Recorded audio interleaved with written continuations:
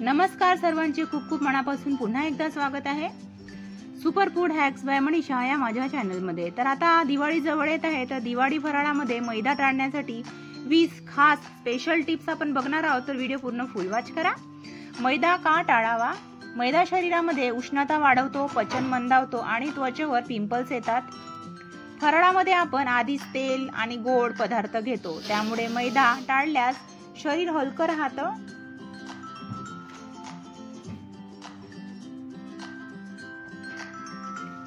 आरोग्यदायी पर्याय ठेवा। तांदळाचं पीठ, गव्हाचं पीठ, रवा, बेसन, मल्टीग्रेन किंवा सातू म्हणजेच सत्तूचं पीठ,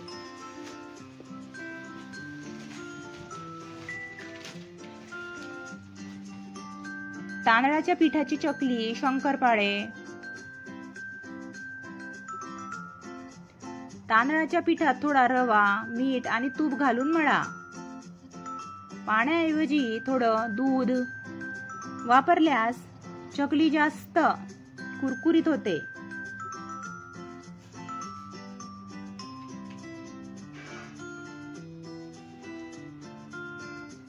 गव्हाच्या पिठाचे शंकरपाळे,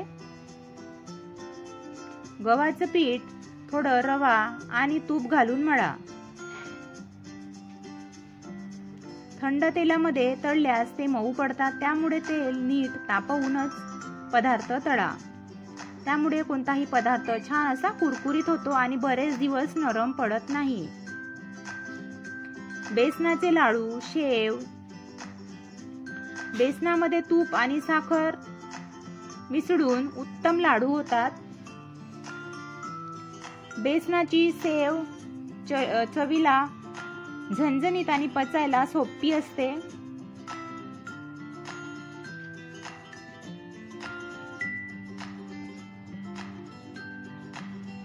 रव्याचे लाडू आणि चिवडा,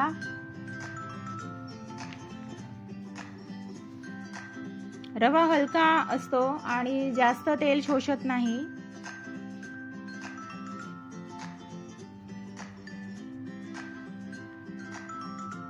रव्याचा चिवडा दीर्घकाळ टिकतो आणि कुरकुरीत राहतो।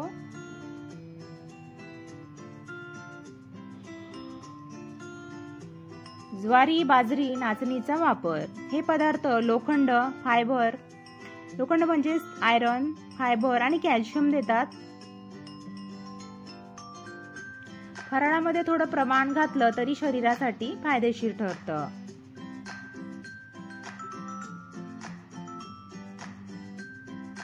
गूळ वापरा। साखरेऐवजी गूळ वापरल्यास गोड पदार्थ आरोग्यदायी होतात। गूळ शरीराला ऊर्जा देतो आणि थंडीमध्ये उष्णता राखतो।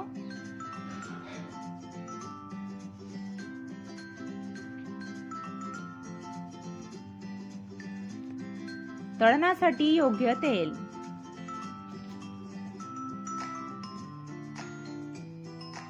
शेंगदाणा तेल सर्वोत्तम।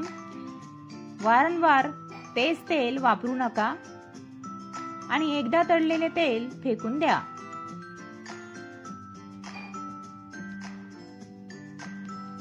फराळाचे पदार्थ साठवताना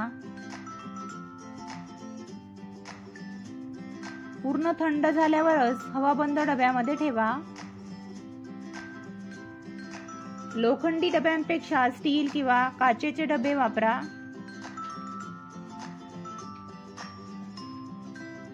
दररोज हात न लावता छोट्या चमच्याने घ्या।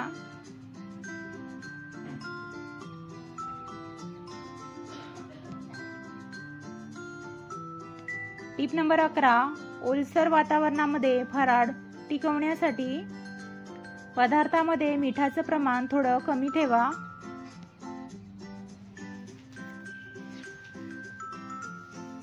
कोरड्या ठिकाणी साठवा। हवेतील ओलावा दूर ठेवण्यासाठी डब्यामध्ये थोडं तांदूळ ठेवा।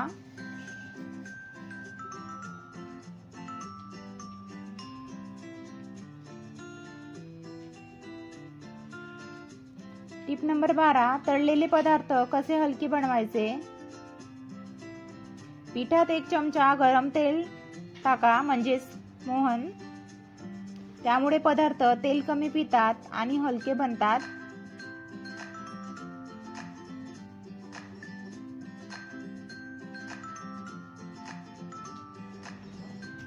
टिप नंबर 13, गोड पदार्थांमध्ये साखर सिरपचा योग्य पोत। पाक घट्ट झाला तर पदार्थ कडक होतात आणि पातळ झाला तर ओलसर पडतात।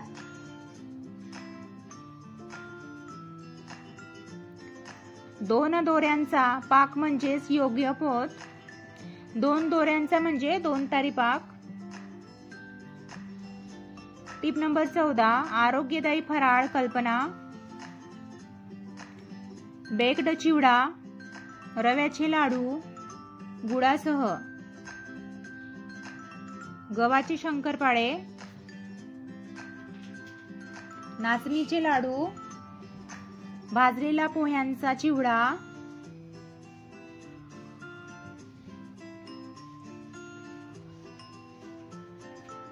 टिप नंबर 15, घरच्या घरी भाजणी तयार करा। चकली, करंजी किंवा लाडूसाठी भाजणी आधीच बनवा।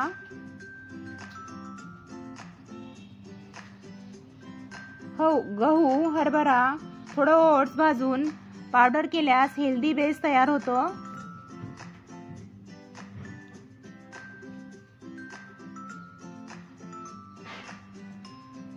मैदा,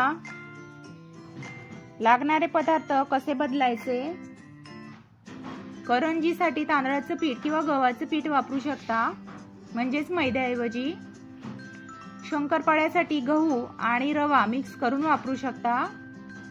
मठरीसाठी बेसन आणि रवा उत्तम आहे।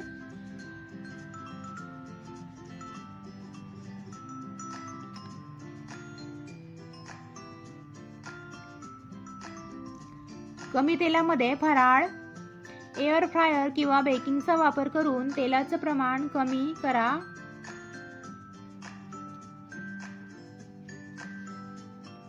गहू आणि बेसनाचे पदार्थ बेक केल्यावरही कुरकुरीत होतात।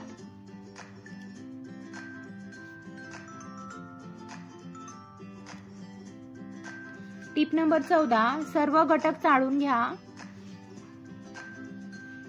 तांदळाचं, गव्हाचं किंवा मग बेसनाचं पीठ चाळल्यास ते हलकं होतं, त्यामुळे फराळ कुरकुरीत आणि मऊ बनतो।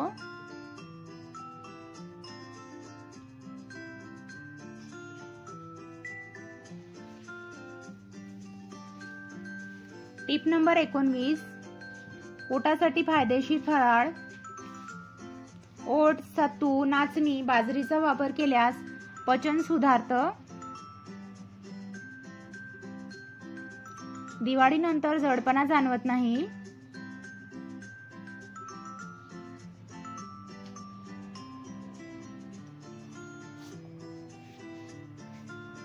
टिप नंबर 20, शेवटचा सुवर्ण नियम। चव आणि आरोग्य याचा समतोल राखा। थोडं कमी गोड, कमी तेल आणि नैसर्गिक घटक वापरल्यास दिवाळी आनंददायी आणि निरोगी दोन्ही राहते।